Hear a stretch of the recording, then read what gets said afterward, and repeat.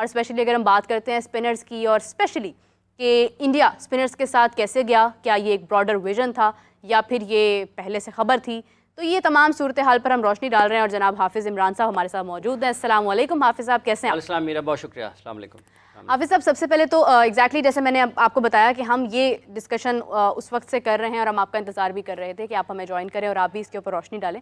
India 4 spinners के साथ गया। रोहित शर्मा से जब बात हुई उन्होंने कहा कि मैं बताऊंगा, आपको समझ आएगा कि मैं 4 स्पिनर्स के साथ क्यों गया। 4 स्पिनर्स के साथ जब इंडिया आया और आज हम देख रहे हैं कि स्पिनर्स के साथ जाना एग्जैक्टली कितना इंपॉर्टेंट था, तो क्या ये पहले से कुछ मामला तय थे या फिर ये एक विजन इतना ब्रॉडर है कि समझ थी कि अगर हम वहाँ जाएंगे तो हमें ये ज़रूरत पड़ सकती है और इसको हम एक कैप्टेंसी माइंडसेट को इसके ऊपर प्रेफरेंस देते हैं?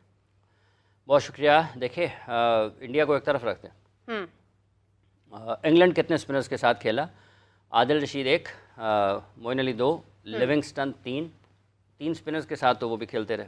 सही, बिल्कुल सही। और आप आ जाएं अफ़गानिस्तान की तरफ। अफ़गानिस्तान कितने स्पिनर्स के साथ खेला? आप आ जाएं साउथ अफ्रीका की तरफ। साउथ अफ्रीका कितने स्पिनर्स के साथ खेला? आप आ जाएं पाकिस्तान की तरफ। पाकिस्तान कितने स्पिनर्स के साथ खेला? गिन लें पाकिस्तान के भी।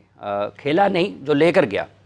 अबरार 1 बैठे रहे, कोई मैच खेले नहीं। इफ्तिखार अहमद एक अच्छी ऑफ स्पिनर है। T20 क्रिकेट में आप उसको इस्तेमाल करें ना करें, ये आपका फैसला है। लेकिन अगर आप उनके स्टैट्स या जब जब उनको बॉलिंग मिली है उस पर आप देखते हैं तो वो आपके जो रेगुलर बॉलर्स हैं, स्पेशलिस्ट, उनसे ज़्यादा बेहतर परफॉर्मेंसेज देते हुए नजर आए। फिर आप आ जाएं इमाद वसीम 3, शादाब खान 4, तो 4 स्पिनर्स के साथ तो पाकिस्तान भी। साइम अयूब आपके पास ऑप्शन था 5वां, जिसको आप इस्तेमाल कर सकते थे। तो पाकिस्तान एक कदम आगे था 5 स्पिनर्स के साथ। आप इस्तेमाल करें ना करें, ये आपकी अपनी सोच है, ये आपका अपना अंदाज़ है। इसके अलावा भी आप दुनिया की दीगर, साउथ अफ्रीका में देख लें, तबरेज़ शमसी भी खेलते हैं और महाराज भी खेलते हैं।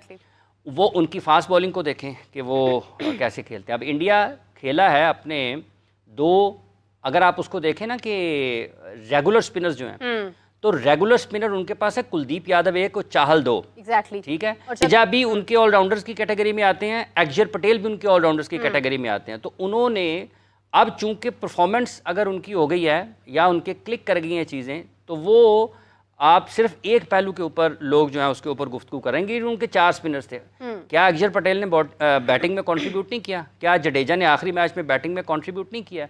इससे पहले कहीं कहीं जहाँ अक्षर को मुख्तलिफ मैचेस में उन्होंने उनको उसका बैटिंग ऑर्डर इवन 1-2 मैचेस में सूर्या कुमार की जगह पर भेजा है, उसने वहाँ पर कंट्रीब्यूट किया। तो उनके पास रिसोर्सेज जो थे वो बैटिंग और बॉलिंग दोनों को देख के उन्होंने ऐसा नहीं किया कि किसी एक स्पेशलिस्ट स्पिनर को लाकर अपनी एक बॉलिंग या बैटिंग ऑलराउंडर जो है या एक ऑलराउंडर के ऊपर कॉम्प्रोमाइज़ किया है। कुलदीप यादव तो खेले हैं आगे यहाँ पर कैरेबियन में, वेस्ट इंडीज़ में, वो यूएसए में तो नहीं खेले हैं। एग्जैक्टली। तो ये आपको नज़र आता है कि सबके पास इक्वल अपॉर्चुनिटी थी। कैरेबियन की अगर आप बात करते हैं, ठीक है, आप ये कह सकते हैं कि न्यूयॉर्क में, सिर्फ न्यूयॉर्क में, इवन नॉट, अगर आप बात करें कि डैलस या फ्लोरिडा में आपको नहीं पता था कि पिच क्या कर सकती है या वहाँ क्रिकेट कैसे होती है। सिर्फ न्यूयॉर्क में क्योंकि ड्रॉप इन पिच था, स्टेडियम सिर्फ इन मैचेस के लिए बना और उसको ख़त्म कर दिया गया। बाकी डैलस और फ्लोरिडा में आप ये नहीं कह सकते हैं कि हमें पता नहीं था कुछ। जहाँ तक ताल्लुक वेस्ट इंडीज़ के ग्राउंड्स का है, वो तो दुनिया, मतलब है कि इंडिया कितनी दहाइयों से वहाँ पर खेल रहा है। वेस्ट इंडीज़ के ग्राउंडों में, मैदानों में ये कितनी देर से इंग्लिश क्रिकेटर्स वहाँ पर खेल रहे हैं। साउथ अफ्रीका वाले जाकर खेलते हैं, न्यूजीलैंड वाले जाकर खेलते हैं। कोई ऐसा मुल्क आप बताएं ना कि जो वहाँ पर जाकर क्रिकेट नहीं खेलता। कौन बारबाडोस में नहीं गया, कौन TNT में नहीं गया, कौन जो है गयाना में नहीं गया, कौन ब्रिजटाउन में नहीं गया। कोई एक मैदान ऐसा बताएं कि जहाँ पर जाकर ये सारी टीमें खेलती ना हो। तो ये जब आप हार जाते हैं तो आपको एक किसी, देखें ना, अगर पाकिस्तान फाइनल में होता, और पाकिस्तान एक सुपर पावर होती दुनिया की, तो क्या पाकिस्तान के बारे में लोग ये बातें करते हैं ना? क्वालिटी के ऊपर आप बात करें, क्या क्वालिटी आपकी है या नहीं है, क्या आपके पास जो रिसोर्सेज थे वो आपने इस्तेमाल किए या नहीं किए। इन्हीं रिसोर्सेज के साथ मेरा ये ख्याल है कि जो 2023 का वर्ल्ड कप था ना, 50 ओवर्स का, इंडिया की टीम उस वर्ल्ड कप में अपनी इस T20 टीम से जो इतनी मजबूत यहाँ पर नजर आती है, वो टीम उससे ज़्यादा मजबूत और बेहतर थी।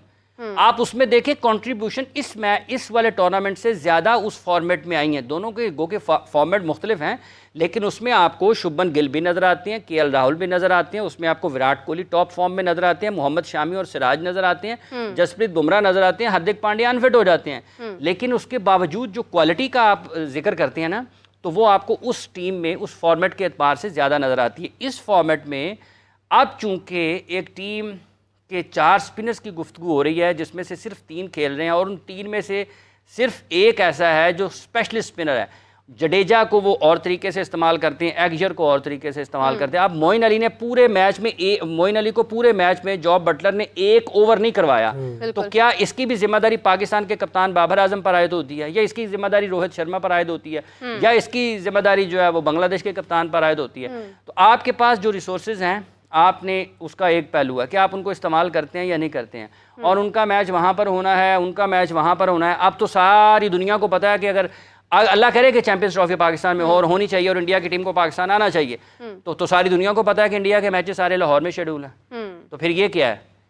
अब तो उनको सबसे पहले से पता है ना कि लाहौर में है, बिल्कुल तो फिर इसको भी कहा जाएगा जी कि ये कोई और वजह है। बिल्कुल सही है, हाफिज साहब की बात बिल्कुल ठीक है। अगर हम बात करते हैं कि वेन्यूज़ का पता ही होता है, देखिए टूर्नामेंट जो है ये कोई साइडेड तो नहीं होते हैं, ये तो एक बहुत लंबा प्रोसेस होता है जब इनके ऊपर बात हो रही होती है। टूर्नामेंट कब होना है, कहाँ होना है, कैसे होना है, वेन्यूज़ की सिलेक्शन और तमाम ये गुफ्तगू, इनकी खबर तो होती है। चैंपियंस ट्रॉफी की बात कब से हो रही है? चैंपियंस ट्रॉफी की बात जो है आप देखें कि अभी से हमने डिसाइड कर दिया है कि ठीक है लाहौर में हम इंडिया के मैचेस करें। डेफिनेटली लाहौर के मैचेस भी अब इंडिया को पता है कि वो कैसी हैं, इंडिया उसके मुताबिक फैसले बेहतर कर सकता है। तो it isn't like that. Exactly मैं जो बात कोट करी थी, ये तमाम गुफ्तगू करने का सिलसिला कि एग्जैक्टली ये पॉइंट शुरू कहाँ से हुआ कि इंडिया 4 स्पिनर्स के साथ गया, और क्यों गया, कैसे पता था, क्या पता था? ना उसने किसी मैच में 4 स्पिनर खिलाए नहीं है, लेकिन वो गए क्यों? एग्जैक्टली संजय मंजरेकर की अगर हम बात करते हैं तो उन्होंने ये कहा कि इंडिया को एक क्लियर एडवांटेज है इस चीज़ का कि उन्हें पता था कि सेमीफाइनल कहाँ होना है और वो उसके अकॉर्डिंग फैसले करेंगे। देखिए अगर इंडिया को पता था तो फिर तो सबको पता था। तो फिर जिन्होंने, अगर हम पाकिस्तान की भी बात करते हैं, ठीक है अबरार को उन्होंने नहीं यूटिलाइज किया, तो चाहल को भी इंडिया ने यूटिलाइज नहीं किया। क्यों? क्योंकि उसकी जरूरत वहां पर पेश नहीं आई।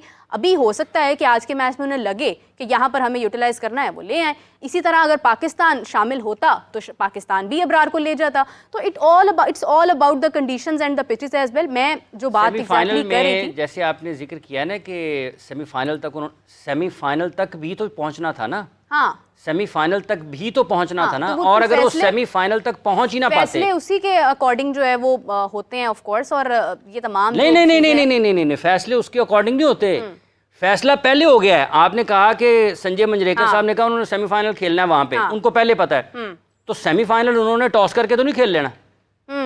सेमीफाइनल के लिए उन्होंने पहला प्लानिंग तो पहले करनी है ना, पूल मरहला जीतना है। और नहीं जी नहीं, प्लानिंग से मैच पे सेमीफाइनल में पहुंच जाना है। सेमीफाइनल में पहुंचने के लिए मैचेस जीतना पड़ेंगे।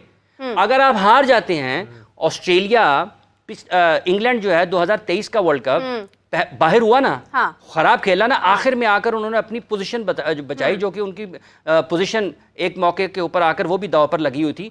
आखिरी मैचेस जीतकर उन्होंने अपनी पोजीशन बचाई, वो तो बाहर हुए। तो क्या हम ये कह लें कि अगर उनका पहले से तय होता कि इसका सेमीफाइनल यहाँ पर होना है, इसका फाइनल इसने यहाँ पर खेलना है, तो उस सेमीफाइनल और फाइनल तक पहुंचने के लिए आपको उसके मराहल पहले से तय करना पड़ते हैं।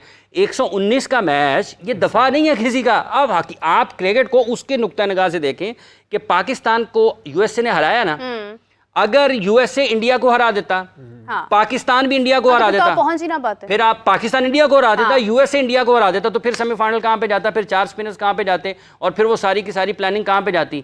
आप सफर करते हैं किसी जगह का, आप इस चीज का इरादा करते हैं कि मैंने सफर करना है, आपने मंजिल का तयन कर लिया है। अब उसके बाद ये नहीं है कि मंजिल ने आपके पास आ जाना है, आपको ही उसके पास चल के जाना पड़ना है। तो वो उन्होंने मैचेस जीते हैं। आप इस एक चीज को, अगर लोग ये, ठीक है आप ये कह सकते हैं कि ठीक है जी चूंकि उनका इख्तियार ज्यादा है, उनकी बात ज्यादा मानी जाती है, उनकी ताकत वहां पर ज्यादा है, तो वो अपने हिसाब, एबिलिटी भी तो नजर आ रही है ना, खेल कर आगे जा रहे हैं ना। जबरदस्ती तो नहीं कर दिया ना, जबरदस्ती तो नहीं, मतलब 119 का मैच है ना, 119 पाकिस्तान के खिलाफ स्कोर किए, तो पाकिस्तान हरा देता ना इंडिया को। पाकिस्तान क्या जान के हारा है? नजर नहीं आ रहा कि स्कोर ही नहीं हो रहा। पाकिस्तान हरा देता इंडिया को, पाकिस्तान हरा देता। यूएसए देखें, एक मैच उनका था कौन सा, यूएसए वाला मैच भी तो वो उनकी शिवम दुबे की और सूर्या कुमार यादव की पार्टनरशिप लगी है ना, 5 पेनल्टी के रन्स उनको पड़े उस मैच में, तो वो भी मैच किसी साइड भी जा सकता है।